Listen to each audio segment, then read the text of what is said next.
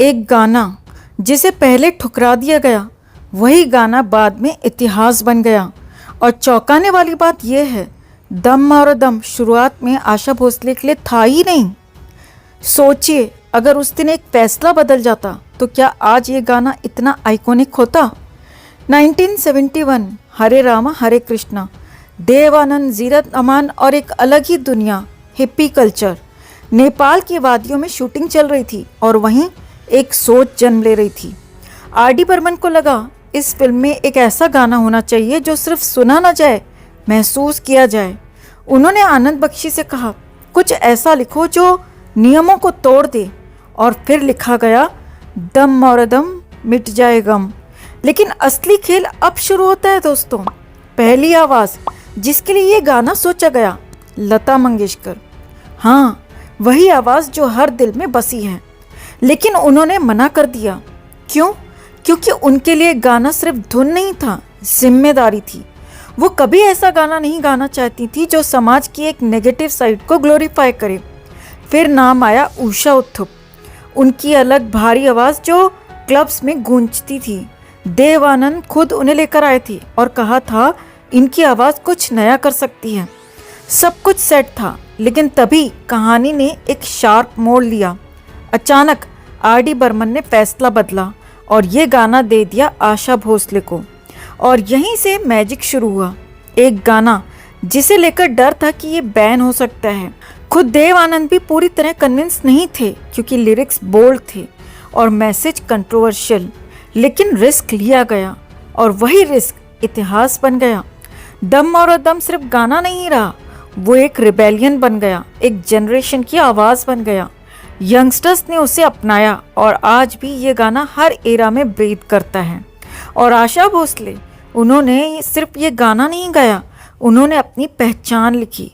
लता जी से अलग एक बोल्ड, एक्सपेरिमेंटल, फियरलेस आवाज़।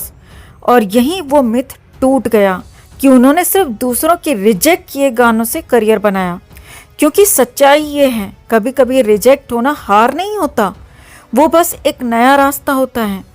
और जो उस रास्ते को पहचान ले वो लेजेंड बन जाता है। अब आप बताइए दोस्तों, अगर ये गाना लता मंगेशकर गाती तो क्या तब भी ये गाना उतना ही आइकॉनिक बनता? कमेंट में हाँ या ना ज़रूर लिखें और वीडियो को लाइक और शेयर कर अपना प्यार और सपोर्ट भी ज़रूर दिखाएं। किसी के अंतिम संस्कार में कैमरा, मुस्कान और इंस्टाग्राम रील। क्या आज इंसानियत इतनी सस्ती हो गई है कि मौत भी अब कंटेंट बन चुकी है?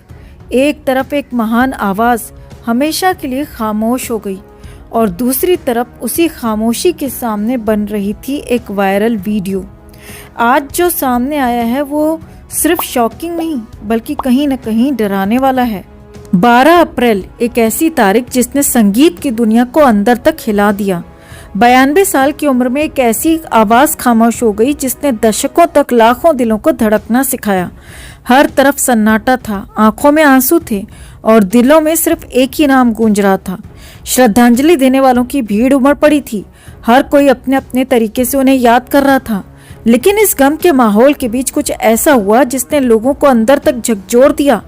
13 अप्रैल अंतिम दर्शन का दिन, जहां एक तरफ सचिन तेंदुलकर जैसे महान खिलाड़ी अपने आंसू नहीं रोक पाए, वहीं दूसरी तरफ एक वीडियो ने सब कुछ बदल दिया।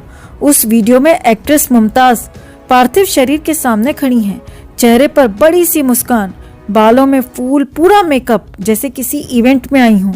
और फिर वो कैमरे को इशारा करती हैं और शुरू हो जाती है एक इंस्टाग्राम रील। हाँ, आपने सही सुना, अंतिम संस्कार के बीच एक रील। वो हंस रही हैं, बातें कर रही हैं और हर पल को कैप्चर करने के लिए कह रही हैं, जैसे ये कोई मोमेंट नहीं बल्कि कंटेंट हो। जैसे ही ये वीडियो सामने आया, सोशल मीडिया पर आग लग गई। लोगों का गुस्सा फूट पड़ा। किसी ने लिखा, आप दुख में शामिल होने आई हैं या शूट करने?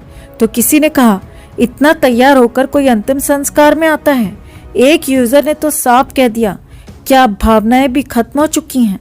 ये सिर्फ एक वीडियो नहीं था, ये एक आईना था जो हमें दिखा रहा था कि हम किस दिशा में जा रहे हैं, जहां दर्द भी दिखावा बनता जा रहा है और संवेदनाएं सिर्फ स्क्रीन तक सिमट कर रह गई हैं। आज सवाल सिर्फ एक एक्ट्रेस का नहीं है, हम सबका है।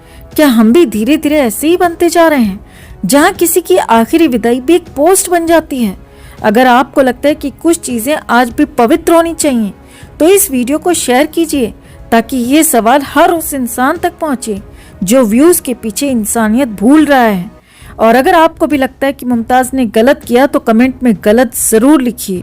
अगर हम आपसे कहें कि आशा भोसले कभी आशा भोसले नहीं बन पाती, अगर उनकी ज़िंदगी में एक ऐसा आदमी नहीं आता जिसने लता मंगेशकर के साथ कभी काम ही नहीं किया और करने से इनकार कर दिया, और अगर हम ये कहें कि वही आदमी जिसने उन्हें बनाया आखिर में उसी की वजह से बर्बाद भी हो गया, तो आप किसे जिम्मेदार मानेंगे?